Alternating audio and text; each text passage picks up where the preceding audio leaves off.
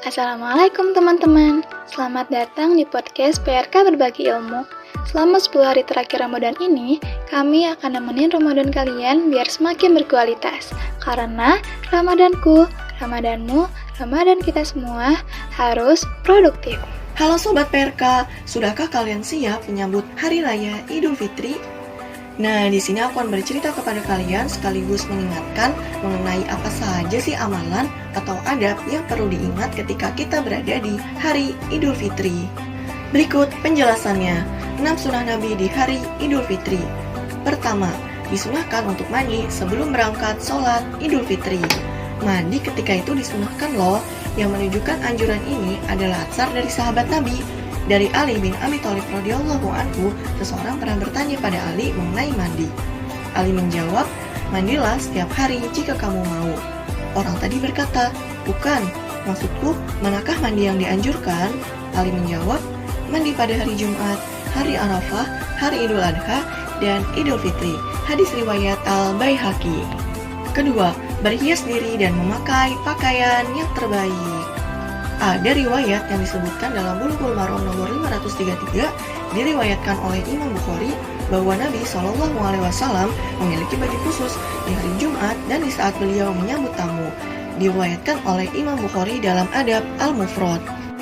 Ada juga riwayat dari Jabir radhiyallahu anhu, ia berkata, "Kana li Nabi sallallahu alaihi wasallam jubbatun yalbasuha lil aidaini wa yaumil jumu'ah." Nabi SAW memiliki jubah khusus yang beliau gunakan untuk Idul Fitri dan Idul Adha, juga digunakan untuk hari Jumat.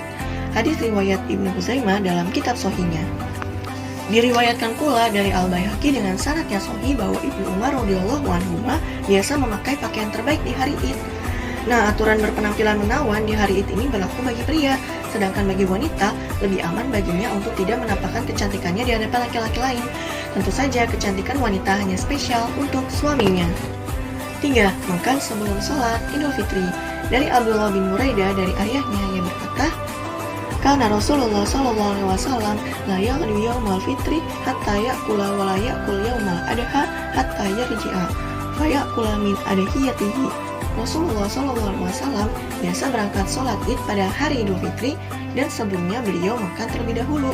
Sedangkan pada hari Idul Adha, beliau tidak makan lebih dulu kecuali setelah pulang dari sholat id baru beliau menyantap hasil kurbannya. Hadis riwayat Ahmad. Syekh Syuaib Al-Arnaud mengatakan bahwa hadis ini hasan. Untuk sholat Idul Fitri disunahkan untuk makan sebelum keluar rumah karena adanya larangan berpuasa pada hari tersebut dan sebagai pertanda pula bahwa hari tersebut tidak lagi berpuasa.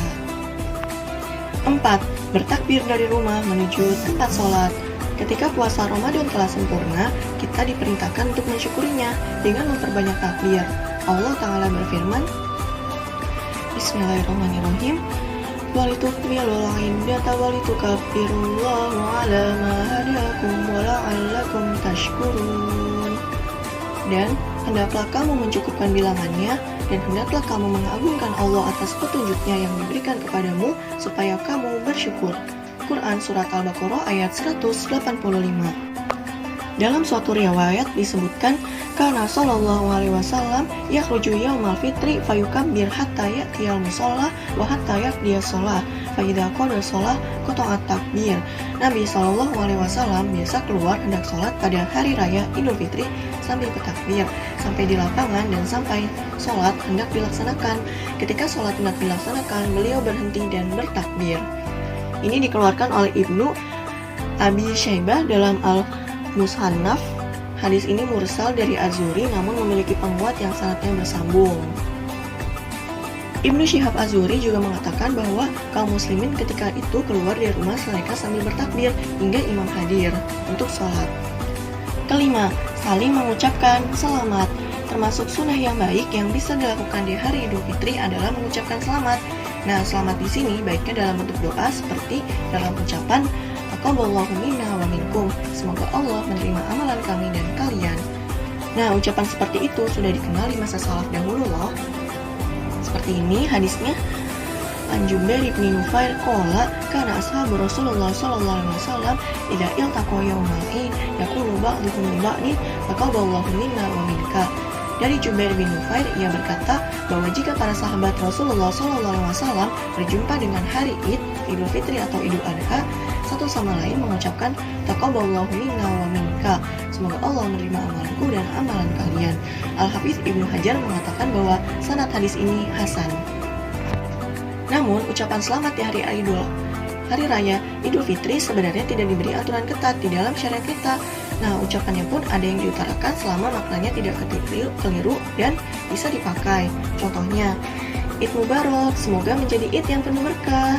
Minal aizin wal faizin, semoga kembali dan meraih kemenangan. Kul wa amin wa antum bi khair, semoga di sepanjang tahun terus berada dalam kebaikan. Selamat Idul Fitri, dan ucapan-ucapan lainnya. 6. Melewati jalan pergi dan pulang yang berbeda.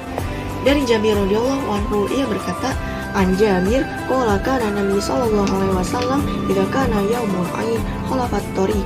Dari Jabir radhiyallahu anhu, ia berkata bahwa Nabi sallallahu alaihi wasallam ketika berada di hari Id, beliau membedakan jalan antara pergi dan pulang.